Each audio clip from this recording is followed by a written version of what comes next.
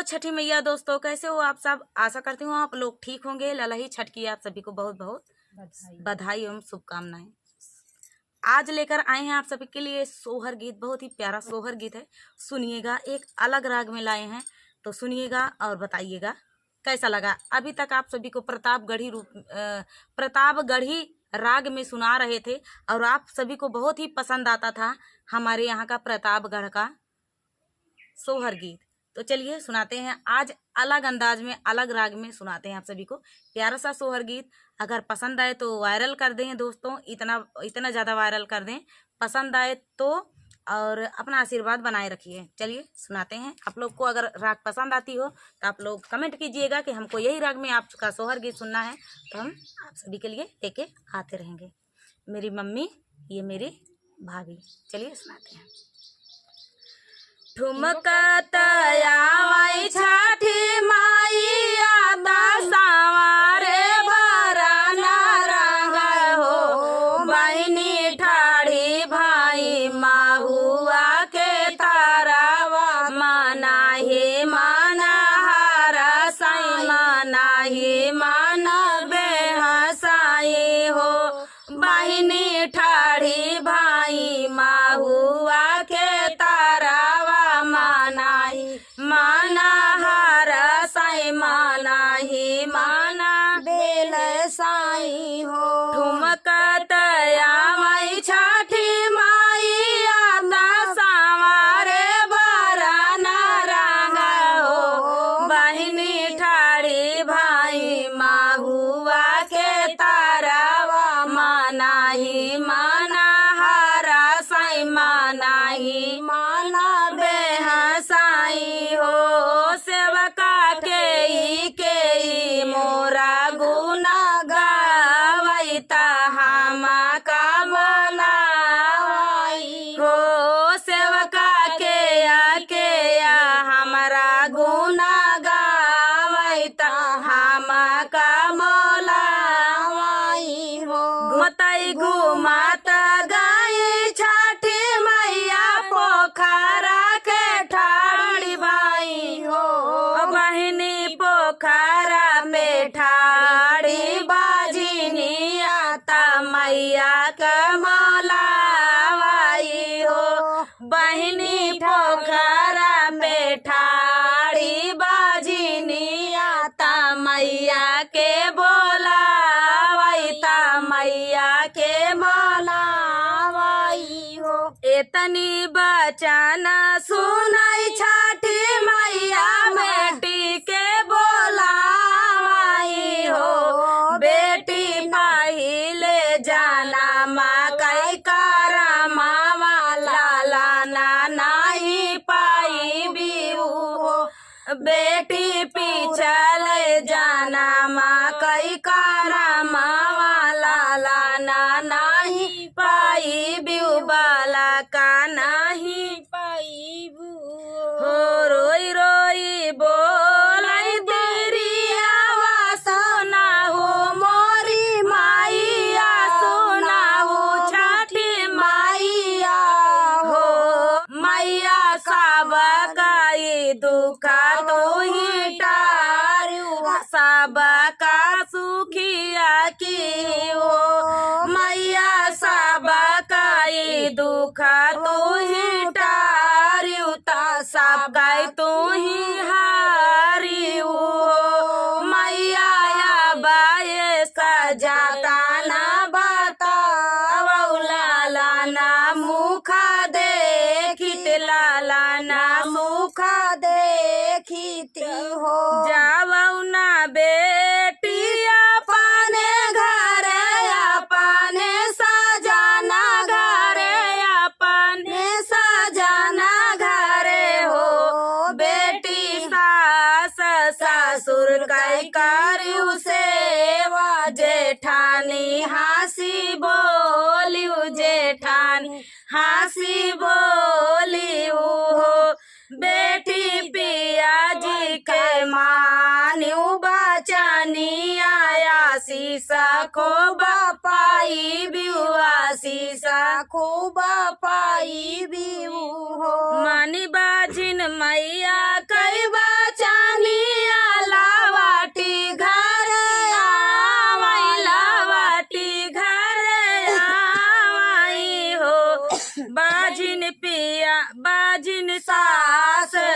सासुर कई कारई सेवा, जेठानी हंसी बोलाई, जेठानी हंसी बोलाई हो।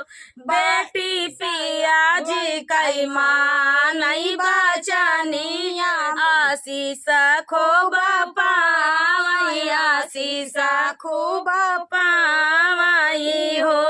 बाजिन पिया जी का मानई बचनिया, आशीष खूब पावई, आशीष खूब पावई हो। बहिनी हरी जी कई मानई बचनिया, आशीष खूब पावई हो। गीत गाए सावना महीनावा, भादवन के लागत हो। बहिनी बजनी तगरा भजना, मैका खबर सुनाई हो। बहिनी बजनी तगरा भजना, मैका खबर सुनाई हो। बीत गए सावन महीनावा, भादवन के लागताई हो। बहिनी बजनी तगरा भजना, मैका खबर सुनाई हो। बहिनी बजनी तगरा भजना, मैका खबर सुनाई हो। बहिनी बीतताई नामाए महीनावा, लाला ना गोदिया खेलाई, लाला ना गोदिया खेलाई हो। बहिनी बीतताई नामाए महीनावा, लाला ना गोदिया खेलाई हो, रीला गोदिया खेलाई हो। आंगने में बैठी गोतिनिया, ता हंसी हंसी बोछई, ता हंसी हंसी पूछई हो। बहिनी कैसे कैसे मैया के मनायु, लाला ना सुख पाई हो। बहिनी कैसे कैसे मैया के मनायु, लाला ना सुख पायु, लाला ना सुख पायु हो। सासु ननद के करे सेवा, जेठानी हंसी बोले, जेठानी हंसी बोले हो। सखिया हरी जी कई माने बचनिया, आशीष खूब पाए, आशीष खूब पाए हो। सखिया छठी मैया भइली सहाय, लाला ना सुख दिहली, लाला ना सुख दिहली हो। सखिया छठी मैया भइली सहाय, लाला ना सुख दिहली, लाला ना सुख दिहली हो। सखी तो दोस्तों ये प्यारा सा भादो ललही छठ का सोहर गीत आप सभी को कैसा लगा कमेंट में जरूर बताना। दोस्तों मैया बहुत ही दयालु हैं, सभी को देती हैं, चाहे आगे चाहे पीछे। जब उनके नज़र में पड़ जाएगा तो सभी की गोद भरेगी। आप सभी में कोई कोई ऐसी भी होंगी औरतें तिरिया जो हैं कि इस दुख से अभी उनको सुख नहीं पाई हैं, वंचित हैं, तो एक दिन देवी मैया जरूर देंगी। तो चलिए दोस्तों, आप सभी के लिए प्रार्थना है, देवी मैया आप सभी की गोद भरें और जिसकी सुनी है उसकी भी भरें। तो चलिए तब तक के लिए जय हो छठ मैया, जय हो छठी मैया। तो आज छठी मैया की बहुत ही प्यारी शानदार कजरी गीत लेकर आए हैं, बहुत ही प्यारा छठी मैया का, बहुत ही प्यारा।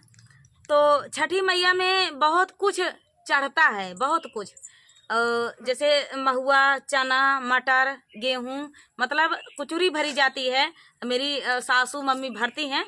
तो सब कुछ भरा जाता है। उसी पे बहुत ही प्यारा गीत है और बहुत ही प्यारा गीत है, बहुत ही सुंदर गीत है। आप लोग सुनिएगा, आखिरी तक सुनिएगा। तो चलिए सुनाते हैं। भैंस का दही दूध और जैसे घी, ये सब भैंस का ही चढ़ता है उसमें ललही छठ में। तो चलिए सुनाते हैं ये प्यारा सा गीत।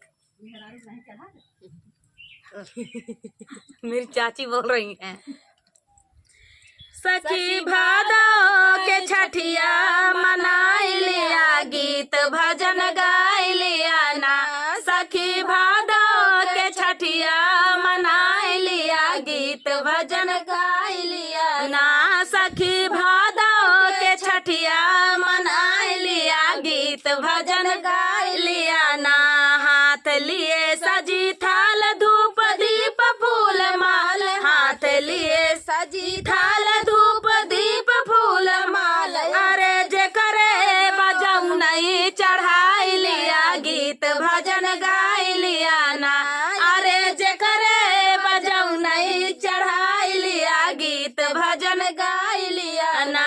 सखी भादो के छठिया मनाई लिया, गीत भजन गाय लिया ना। सखी भादो के छठिया मनाई लिया, गीत भजन गाय लिया ना। धूम साज बाज कहीं चुनरी के रिवाज, कहीं धूम साज बाज कहीं चुनरी के रिवाज। नहीं जे करे बसी सही झुकाई लिया, गीत भजन गाय लिया ना।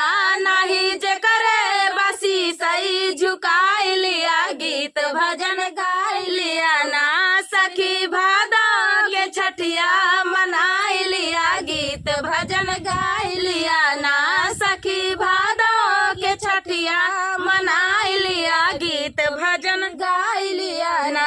केहू मांगे माँ से लाल, केहू उमर सालो साल, केहू मांगे माँ से लाल, केहू उमर सालो साल, केहू मांगे माँ से लाल, केहू उमर सालो साल। आके शरणन में मनसा पुराई लिया, गीत भजन गाय लिया ना। आके शरणन में मनसा पुराई लिया, गीत भजन गाय लिया ना। सखी भादो के छठिया मनाई लिया, गीत भजन गाय लिया ना। सखी भादो के छठिया मनाई लिया, गीत भजन गाय लिया ना। कहे सास बहू प्रेम से दिल को है जीता, कहे सास बहू प्रेम से दिल को है जीता। या जमाई से दुखवा सुनाई लिया, गीत भजन गाय लिया ना। या जमैया से दुखवा सुनाई लिया, गीत भजन गाय लिया ना। या जमैया से दुखवा सुनाई लिया, गीत भजन गाय लिया ना। सखी भादो के छठिया मनाई लिया, गीत भजन गाय लिया ना। सखी भादो के छठिया मनाई लिया, गीत भजन गाय लिया ना। तो दोस्तों ये प्यारा सा छठ मैया का भदौला ही छठ का गीत आप सभी को कैसा लगा कमेंट में बताना। दोस्तों मिलते हैं नेक्स्ट वीडियो में, तब तक के लिए जय छठी मैया। नमस्कार दोस्तों, कैसे हो आप सब? आशा करती हूँ आप लोग ठीक होंगे। ललाही छठ की बहुत बहुत आप सभी को बहुत बधाई। आरी आरी गुलाब बैठा है, अब बीचम जामुन इनका सबका फरमाइश यह है। कहा यहाँ आरी आरी गुलाब बैठा, बीचम जामुन बैठी है। तो जिसको जिसको गुलाब पसंद हो वो गुलाब की तरफ देखना, जिसको जिसको जामुन पसंद हो जामुन वाला बीच में बैठे। गीत बताना कि कैसा है, जामुन का गीत अच्छा है कि गुलाब का? ये गुलाब है, ये पंखुड़ी है, तो दोस्तों पता है कांटा पीछे है। चलिए सुनाते हैं आप सभी को प्यारा सा, बहुत सारा हंसी मजाक हो गया। चलिए सुनाते हैं।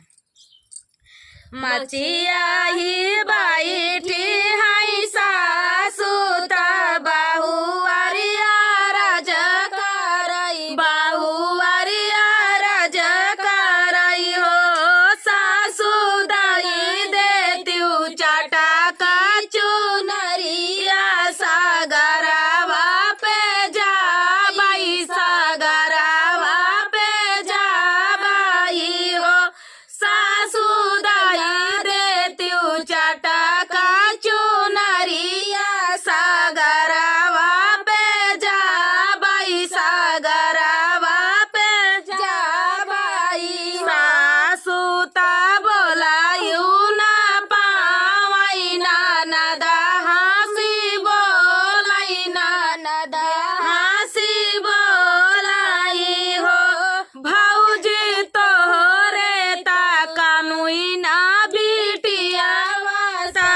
कैसे छठी रहा बिउता कैसे छठी पूजा बिऊ हो भौजी तोहरे ताकानिउ ना बिटियावा ता कैसे छठी रहा बिउता कैसे छठी भूखा बिऊ सासू जानी साराई दुआरावा नदी पछवारावा नदी पछवारावाई हो सखिया हनीली बाजारा के मड़िया बोलाए नहीं बोलाई डोलाए नहीं डोलाई हो सखिया हनीली बाजारा के मड़िया भीतरे छठी पूजाई भीतर छठी पूजाई अंगना में खोदाली पोखरवा ता भिटावा बनावई ता भिटावा बनावाई ई हो बहिनी माटिया के बनाती पुतरिया ता मुहावा दा धोवई का जरावा गावाई का जरावा लगावई हो सखिया माटिया के बनावती पुतरिया ता मुहावा जे धोवई का जरावा लगावाई का जरावा लगावाई हो मुहावा धोवता की पुतरिया ता साकारा मा करा करई साकारा मा करा करई हो सखिया अखिया मदे थई का जरावा गोहरा मारी रोवई गोहरा मारी रोवाई आई हो सखिया अखिया में दे थई का जरावा गोहरा मारी रोवई गोहरा मारी रोवाई सासू जी दुआरे से आवई ननद सुनी धावई ननद सुनी धावई हो बहुहर के कर रोवई गादलावा के मड़िया उठी खोलऊ के मड़िया उठी खोलाई हो बहुहर के कर रोवाती गादलावा के मड़िया उठी खोलऊ के मड़िया उठी खोलाऊ बहु एक हाथे खोलई के मड़िया ता दूसरे गादलावा ता दूसरे गादलावाई हो सासू मटिया ग बनाए पुतरिया रोवना ओई लागई रोवना ओई लागई हो सासू मटिया कई बनाए पुतरिया रोवना ओई लागई रोवना ओई लगाई हो तने बचना सुनई सासू ताया ना धन लूटा वही ता मोहारा लूटा वही हो ननदी जोरा जोर गावेली सोहरावा आंगनावा में नाचई आंगनावा में नाचई हो ननद सासू ननदी गावई लागी जोरा जोरा सोहर आंगनावा में नाचई आंगने बीचे नाचई हो बहिनी वना के ता उठेला सोहरावा ता महालया जोरा भाए महालया जोरा भाए हो। तो दोस्तों ये प्यारा सा सोहर गीत आप सभी को कैसा लगा? उम्मीद है आप सभी को बहुत ही प्यारा लगा होगा। छठी मैया का, छठ माता का, ललही छठ माता का सोहर गीत सुनिएगा। सुने हैं और फुल वॉच करने के लिए धन्यवाद दोस्तों। आप लोग प्यार दुलार सपोर्ट इसी तरह जैसे बनाए हैं वैसे बनाए रखिएगा। तो चलिए तब तक के लिए जय छठी माता। जय छठी माता।